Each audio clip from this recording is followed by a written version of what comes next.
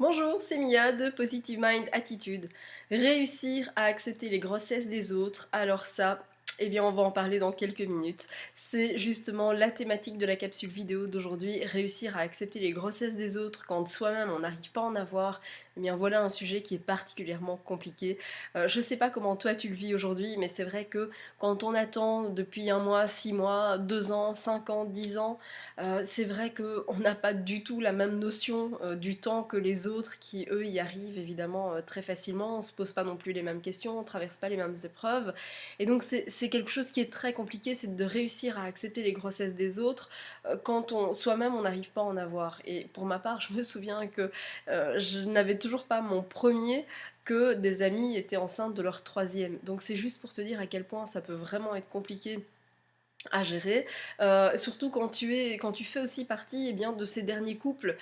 qui restent encore sans enfants alors que tous ceux autour de toi, autour de vous, eh bien, en ont déjà. C'est vrai que c'est quelque chose qui est particulièrement compliqué. Alors, ce que j'avais envie de te dire par rapport à ça, c'est que d'abord, petite parenthèse, parce que c'est vrai que, petite anecdote, moi je me suis surprise à plusieurs reprises aussi, au moment où j'étais justement dans ces essais bébés qui ne fonctionnaient pas, eh bien je me suis surprise à plusieurs reprises à avoir peut-être un jugement un peu sévère sur des gens que je croisais dans la rue, que finalement où je me disais oh là là, elle en a déjà 4, 5, parfois 6, et elle est encore enceinte, où je voyais parfois des jeunes filles, de très jeunes filles être enceintes ou avoir des petits bouts, etc. Et je ressentais finalement une forme d'injustice énorme en me disant mais ils sont pas du tout dans une situation optimale pour en avoir, et eux ils en ont, et ils en ont très facilement, alors que moi de mon côté ben, je fais tout ce qu'il faut pour et ça vient pas. Et je trouvais finalement, avec le recul, que cette forme de jugement était particulièrement sévère parce qu'on n'a qu'une vision extérieure de ce qui se passe et on ne sait pas du tout ce que ces personnes ont pu endurer dans leur vie et finalement qui on est nous pour avoir ce type de jugement aussi sévère sur les autres. Et donc voilà, ça c'est vraiment quelque chose que j'ai profondément remis en question et que j'ai remis en question aussi pendant mes essais. Pourquoi? Parce que je me suis dit que à partir du moment où moi je serai enceinte, j'avais pas envie qu'on me juge, j'avais pas envie qu'on me regarde parce que bah, finalement les gens de l'extérieur n'ont aucune idée de ce que j'ai pu traverser et j'aurais pas forcément apprécié non plus avoir un tel jugement de la part de ces personnes parce que trop vieille, parce que trop ci, trop là, pas assez ceci, trop cela, enfin voilà. Les jugements ils sont faciles, ils sont nombreux, c'est parce qu'on est trop jeune, parce qu'on est trop vieille, c'est parce qu'on est ensemble depuis trop peu de temps, parce qu'on est ensemble depuis trop longtemps, c'est parce qu'on a trop déménagé, pas encore déménagé, enfin je sais pas, on vient de changer de job, enfin j'en sais rien, mais des jugements, il y en a des quantités, des quantités, des quantités. Et finalement, qui on est nous pour juger les autres parce que on ne voit que une seule petite partie de leur parcours et qu'on n'a aucune idée de ce que les gens ont pu endurer finalement dans leur vie. Et donc, ce que j'ai envie de te dire aussi par rapport à ça, c'est que finalement, quand moi aussi j'étais enceinte, eh bien j'ai bien senti à certains moments que j'avais sans doute le regard de certaines qui étaient envieuses, le regard de peut-être certaines femmes qui elles aussi étaient en procréation médicalement assistée ou qui en tout cas essayaient d'avoir un enfant et pour qui ça n'allait pas aussi vite que ce qu'elles ne l'auraient souhaité. J'en sais rien, mais enfin voilà, tout ça pour te dire que moi aussi j'ai senti ce regard une fois que j'ai été enceinte et j'ai juste envie de te dire que finalement dis-toi une chose, c'est ce que moi je me suis dit au fur et à mesure du temps qui passait et à chaque fois qu'on m'annonçait les grossesses des autres. Ce que je me suis dit, c'est qu'en fait chaque annonce de grossesse eh bien, me rapprochait un petit peu plus de la mienne. Ça me rapprocherait un petit peu plus du moment où moi aussi eh bien j'allais finir par enfin annoncer cet heureux événement. Et donc c'est vraiment important de te dire que non, c'est sûr que c'est pas facile,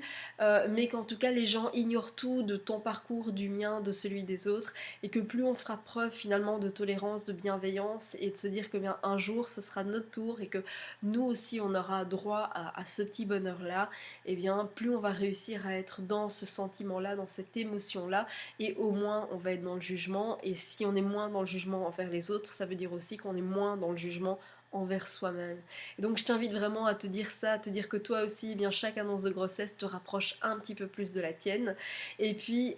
finalement que accorder aux autres ce droit au bonheur, eh bien ça te permettra aussi ensuite de vivre pleinement ton bonheur à toi une fois qu'il sera là. Et donc c'est vraiment important. Et même si c'est loin d'être facile, eh bien fais